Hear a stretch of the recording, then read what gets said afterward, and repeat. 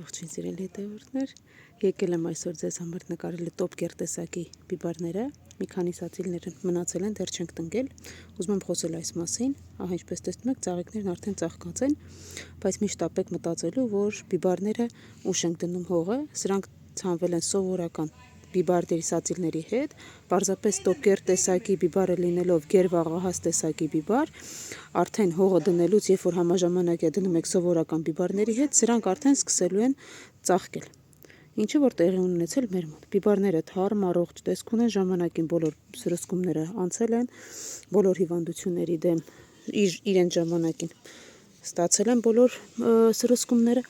Հիմա արդեն այս վիճակում են։ Հողախառնուրդը սովորական հողախառնուրդ է խանութից գնված, կարող եք պարարտանյութերի թունաքիմիկատների խանութում հարցնել, պարկերով հողախառնուրդեր են։ Սրանք սրա համար նախատեսված կասետաներն են։ Տոպկեր տեսակի բիբարի մասին առանձին տեսանյութով կհանդես կգամ, ինչպես նաև սովորական բիբարի հետ կփորձենք տարվա ընթացքում համեմատել, տեսնել ինչ բերքատվություն ունի, որքան են ժամանակային առումով ավելի արագ աճում, որքան է բերք ավելի արագ լինում, քան սովորական բիբարինը եւ ինչ առանձնահատկություններ ունեն։ Հիմա նաև նկարեմ սրա տնկելու process-ը, գնացինք տնկելու։ Ջերմատան մի հատվածը տոպկեր է տնկվում։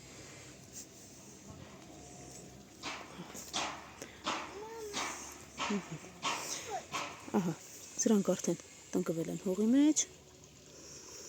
տնկվում են 45 սանտիմետր հեռավորության վրա մեկը մյուսից, իսկ միջակայքի հեռավորությունը 70 սանտիմետր է։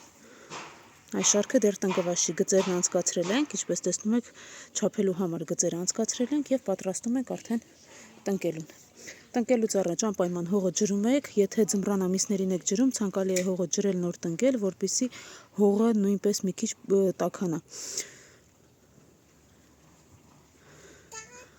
Այսպես, բալիկս հիմա խոսում է, չի թողնում, որ նկարահանումներ անեմ։ Այսպես, սիրելի հետևորդներ, տեսեք, որ արդեն ծաղկած վիճակ է, որպեսզի սրա ծաղիկները չթափվեն, ապա պետք է, եթե ձմռան ամիսներին է, պետք է անպայման ջեռուցել։ Ջեռուցման համակարգը դեռ մասնակի է պատրաստ, օրվա վերջին արդեն պատրաստ կլինի։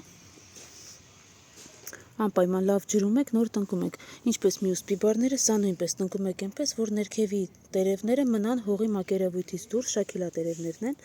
չեք մոռանում այդ մասին, որպեսզի փտման process-ներ չլինեն։ Այսքանը սիրելիներս, դե ինչ, կհանդիպեք, լավ մնացեք։